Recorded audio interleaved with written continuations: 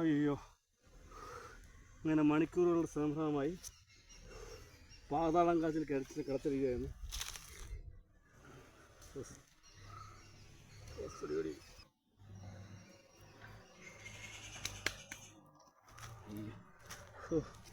പിന്നെ നമുക്ക് ഇതിൻ്റെ മണ്ടവശം മുറിക്കാം, ഇല്ലയോ? അയ്യോ, ക്ഷണിച്ചു. ഇതെങ്ങനെ കട്ട് ചെയ്യുന്നത്? ഇത് കട്ട് ചെയ്ത് ഇവിടെ തന്നെ നിൽക്കുക, ഇല്ലയോ? കണ്ടോ, ഇതിനാണ് പാതാളം കാച്ചിൽ എന്ന് പറയും.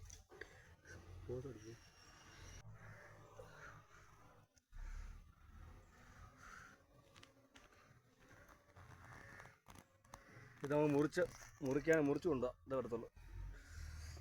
മുറിക്കാം, നമുക്ക് ഓരോ 4 പീസായിട്ടാണ് മുറിക്കിയത്.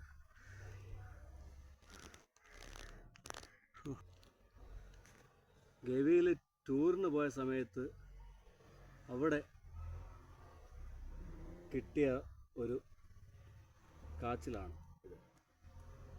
അവിടെ സാധാരണക്കാരായ കർഷകർ കൃഷി ചെയ്യുന്നതാണ്.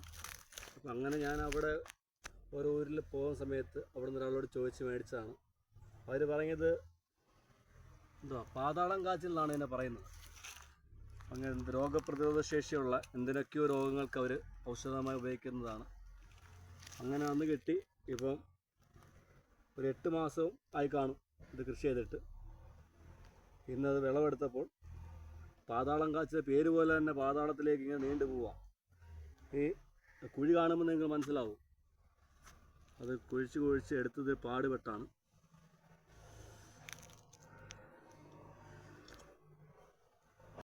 ഇനിയും നമുക്കിത് തൂക്കി നോക്കാം, ഇത് എത്ര കിലോ ഉണ്ടെന്ന്.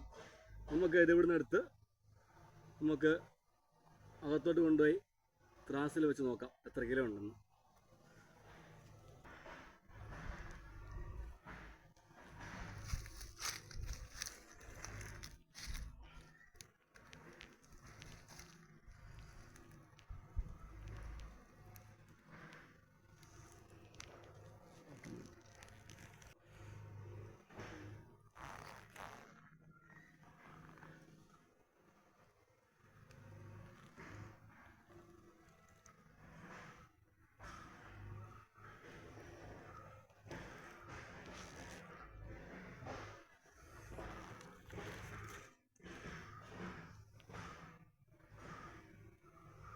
Yes.